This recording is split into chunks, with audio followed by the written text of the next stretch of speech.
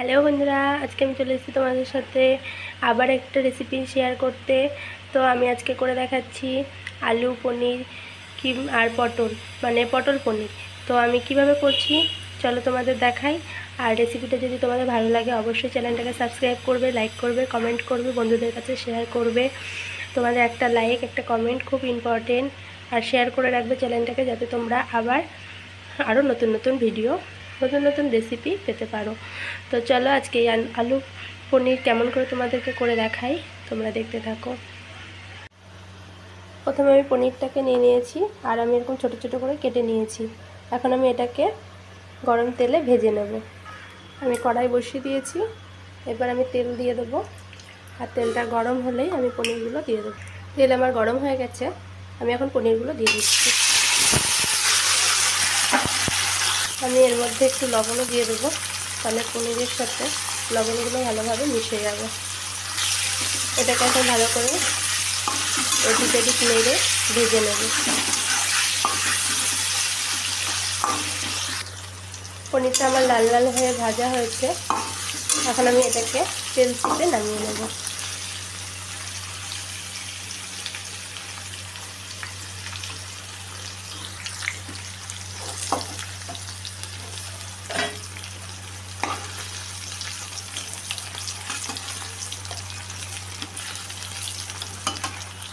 আমি এটা আলু পটল দিয়ে পনিরটাকে করব, তাই আমি এটা একটু পটল ভেজে নিচ্ছি।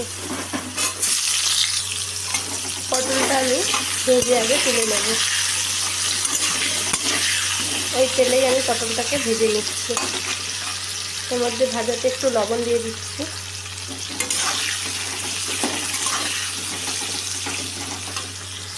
পটল ভাজাতে একটু হলুদও দিয়ে দিচ্ছি। এখন আমি এটাকে ভালো করে ভেজে নেব। পটলটা আমার ভাজা হয়ে গেছে, এখন আমি এটাকে নামিয়ে নিচ্ছি। এখন আমি এই তেলে আলু ভেজে নেব।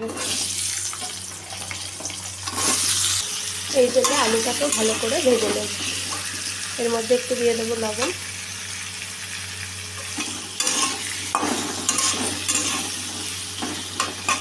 এদিকে আমি মিক্সির বোল নিয়ে নিয়েছি, এতে দিয়ে দেবো লঙ্কা, দিয়ে দেবো আদা, দিয়ে দেবো গোটা গরম মশলা,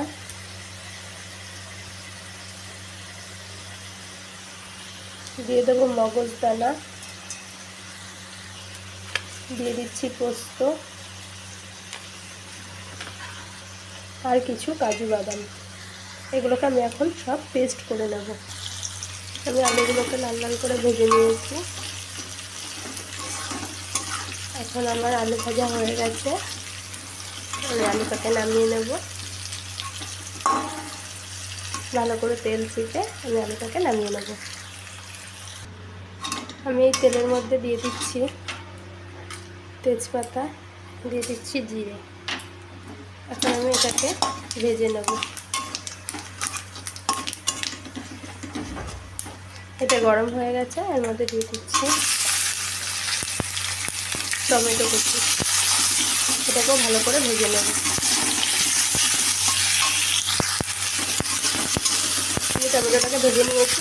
এখন এর মধ্যে দিয়ে দেবো যে মশলাটাকে আমি করে রেখেছিলাম, সেই মশলাটা সম্পূর্ণ দিয়ে দিলাম। এটাকে আমি এখন ভালো করে মশলাটাকে কষিয়ে নেব। মশলাটা দিয়ে খুব সুন্দর সেন্ট বেরিয়েছে দেওয়া মাত্রই। তাহলে বুঝতেই পারছো বন্ধুরা, তোমরা যখন রান্নাটা পরিপূর্ণ হবে তখন আরও কত সুন্দর হবে। এই মশলাটা ধোয়ার যে জলটা ছিল সেই জলটা দিয়ে দিলাম।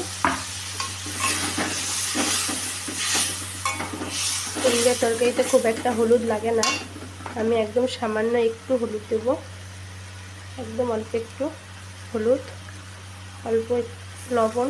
যেহেতু আমি আগেও সব ভাজাগুলোতে লবণ দিয়েছি, সেই জন্য আমি এখন অল্প পরিমাণে লবণ দিলাম। আর দিয়ে দেবো একটু চিনি। পনিরের তরকারিতে চিনি না দিলে একদমই ভালো লাগবে না, তো চিনিটা দিতেই হবে মাস্ট। তো চিনি দিয়ে দিলাম। এবার এখন আমি ভালো করে এটাকে কষাবো মশলাটাকে, যতক্ষণ না মশলাটা দিয়ে তেল ছাড়ছে ততক্ষণ অবধি মশলাটাকে আমি নেড়ে চেড়ে কষিয়ে নেব।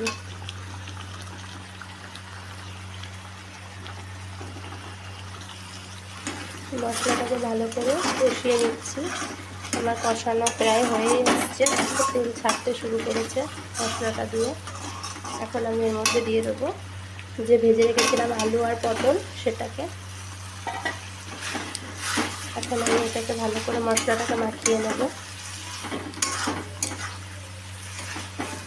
ভালো করে মশলাটাকে মাখিয়ে নিচ্ছি, নিয়ে এটা দিয়ে আরেকটু কষে নেব। ভালো করে কষিয়ে নিচ্ছি। এখন আমি এর মধ্যে দিয়ে দেবো জল।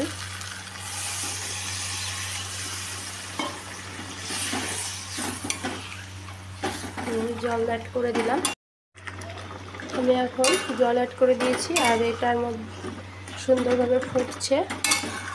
আলু আর পটলটা সিদ্ধ হবে, আর যেহেতু আগে ভেজে নিয়েছি সেজন্য খুব একটা সময় লাগবে না, তাড়াতাড়ি হয়ে যাবে।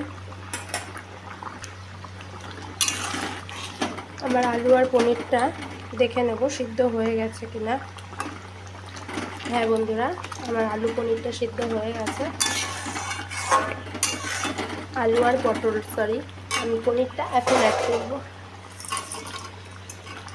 পনিরটা এখন দিয়ে দিলাম।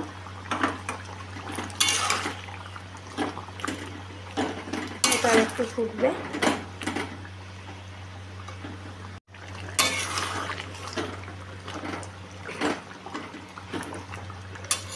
আমার তরকারিটা সুন্দরভাবে রেডি হয়ে গেল। এখন আমি এর মধ্যে একটু ধনেপাতা দিয়ে দেবো।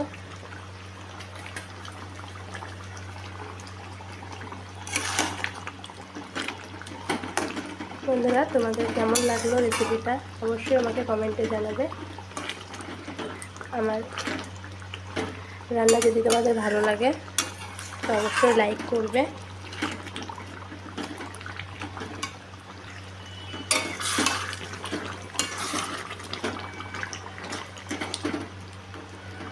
আমি এর মধ্যে দিয়ে দেবো একটু ঘি।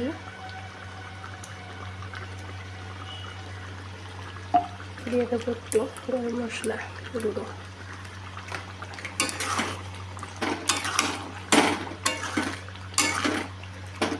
পুরোপুরিভাবে আমার কমপ্লিট হয়ে গেল পটল পনির। পটল পনির তোমাদের কেমন লাগলো আমাকে অবশ্যই জানাবে, আর এইভাবে তোমরা অবশ্যই বাড়িতে বানিয়ে খাবে। খুবই ভালো লাগবে। ঠান্ডা লেগেছে তাই কথা ঠিকঠাক করে বলতে পারছি না, খুবই কষ্ট হচ্ছে কথা বলতে।